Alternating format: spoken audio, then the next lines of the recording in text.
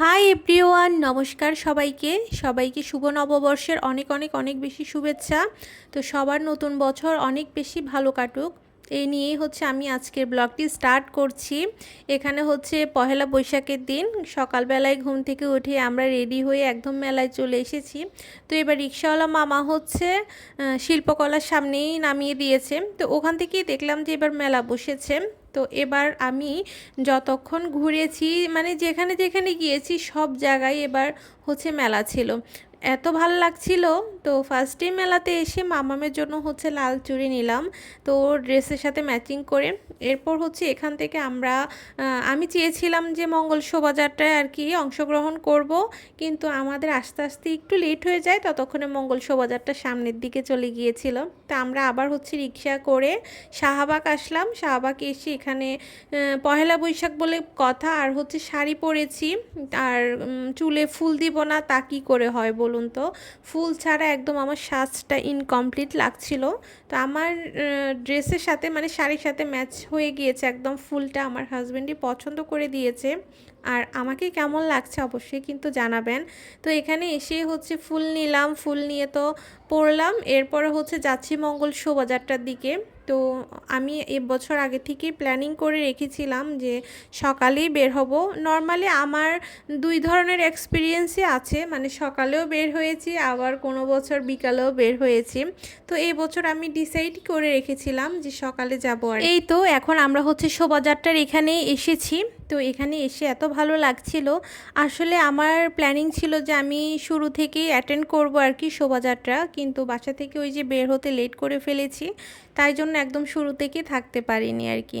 আর জানেন তো, আমার মাম্মামের বয়স যখন 4 মাস ছিল তখন থেকেই কিন্তু মাম্মামকে নিয়ে আমরা হচ্ছে পহেলা বৈশাখ আর কি উদযাপন করছি। তখন থেকে বলতে বিয়ের পর থেকেই তো আমি আর আমার হাজব্যান্ড হচ্ছে ঘুরতে বের হই, কিন্তু মাম্মামের প্রথম পহেলা বৈশাখ পড়েছিল তখন মাম্মামের 4 মাস বয়স। তখনও কিন্তু ওকে একটা লাল সাদা ড্রেস পরিয়ে দিয়েছিলাম। তারপর হচ্ছে আমরা শোভাযাত্রা এসেছিলাম, তারপর অনেকক্ষণ ঘুরেছিলাম মাম্মামকে নিয়ে।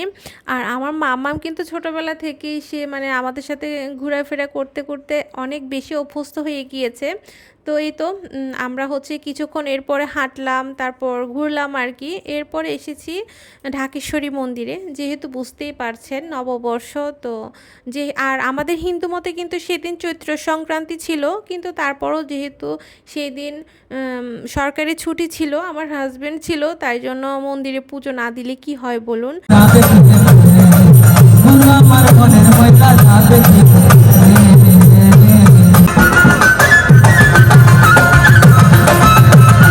আর ঢাকেশ্বরী মন্দিরে কিন্তু প্রত্যেক পহেলা বৈশাখে এভাবেই প্রোগ্রাম করা হয়, গান হয়, তো বেশ ভালো লাগে কিন্তু।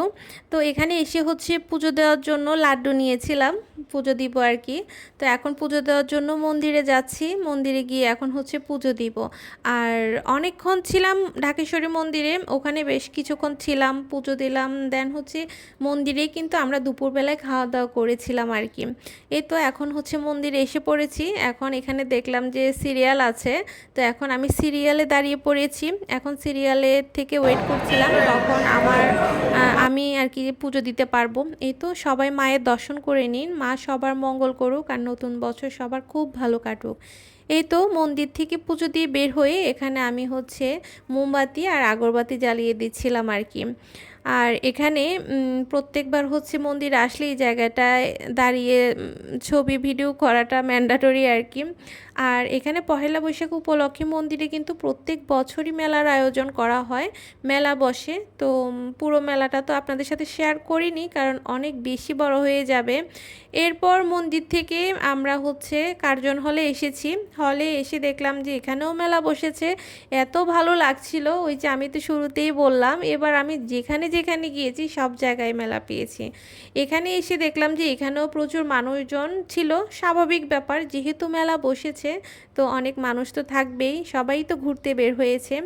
তো আমরা হল থেকে বের হয়ে এরপর এসেছি বাংলা একাডেমিতে। বাংলা একাডেমিতেও হচ্ছে প্রায় 1 সপ্তাহ ধরে মেলা থাকবে। তো এখানে এসে হচ্ছে আমরা বায়োস্কোপ দেখছিলাম। তো আমি ভেবেছিলাম এখানে হয়তো বা পুতুল নাচ থাকবে বা বিশেষ কিছু থাকবে, কিন্তু আহামরি সেরকম কিছু ছিল না আসলে। এরপর মেলায় একটু ঘুরলাম, এই তো একটা চুড়ির দোকানে আসলাম, পরে চুড়িও নিলাম। আর এরপরে লাস্টে হচ্ছে রমনা কালী মন্দিরে এসেছি। তো আমার আজকের ব্লগটি এ পর্যন্তই। সবাই ভালো থাকবেন, সুস্থ থাকবেন। See you.